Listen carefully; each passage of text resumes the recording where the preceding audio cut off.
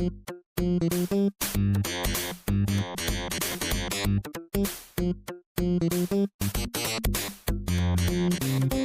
pieces of art just can't be separated from the era in which they originated. Donna Summer's Last Dance is synonymous with the disco age, The Social Network perfectly encapsulates the boom of the modern social media age, and the Dinah Shore Show was the best representation of America's simpler years before the radical changes of the 1960s. ToeJam and Earl, the alien duo who first made waves back on the Sega Genesis, is similarly tied to the early 90s. And while other games from the era are always trying to modernize their appeal, these two know they're at their best when they embrace their Gen X roots.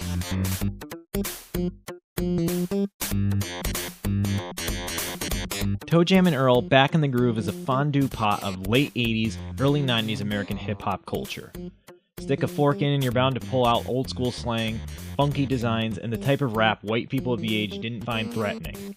It's all cobbled together with Nicktoons meets Dr. Seuss art direction, and a gameplay perfect for chilling out, maxing, relaxing, all cool and all. In an era where games are trying to one-up each other with how loud, fast, and exciting they are, Back in the Groove reminds us of how rewarding it could be taking it low and slow. The brief narrative driving the adventure starts out just outside of our own planet. After borrowing and subsequently crashing Lamont's rap star rocket into Earth, ToeJam and Earl, as well as girlfriends Letitia and Lawanda, have to scour up to 25 randomly generated levels searching for the 10 missing pieces. Each character has their own strengths and weaknesses, as well as their own initial set of stats. You could tackle the tutorial alone, or with a friend in co-op, or jump right into the longer fixed world mode right away.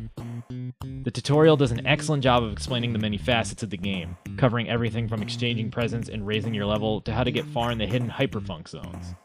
It's a great primer, even if it doesn't exactly explain just what this game is. Back in the Groove wears a lot of backward baseball caps, and you don't really peg it in a single genre. It's a roguelike scavenger hunt of an adventure game with rhythm, auto-runner, and stealth elements littered across each map. At any given moment, you can be getting jiggy in the middle of the desert, dodging attacks from an ice cream truck, finding peace with Gandhi, or jumping over to one of the many islands that house the biggest donors to this game's Kickstarter campaign. While the variety of elements present in Back in the Groove isn't quite as large as you might anticipate, the absurd ways the game mashes them all together keeps the experience fresh. It's hard to nail down just why this game is so much fun, but make no mistake, Back in the Groove is fun. Even without combat or any real sense of purpose, strolling across every map, shaking trees for XP, and dodging attacks from fanboys and irate mothers is an endless joy. A joy that becomes more blissful when you add presents to the mix. Throughout your journey, your character will amass a collection of presents that either aid them in their journey or hinder their experience. Most presents are unidentified when you pick them up, so putting one into play is a gamble on whether or not it'll be of any assistance to you. Invisible paint helps you sneak by hazardous earthlings, while the Here I Am present loudly alerts nearby hecklers to your presence.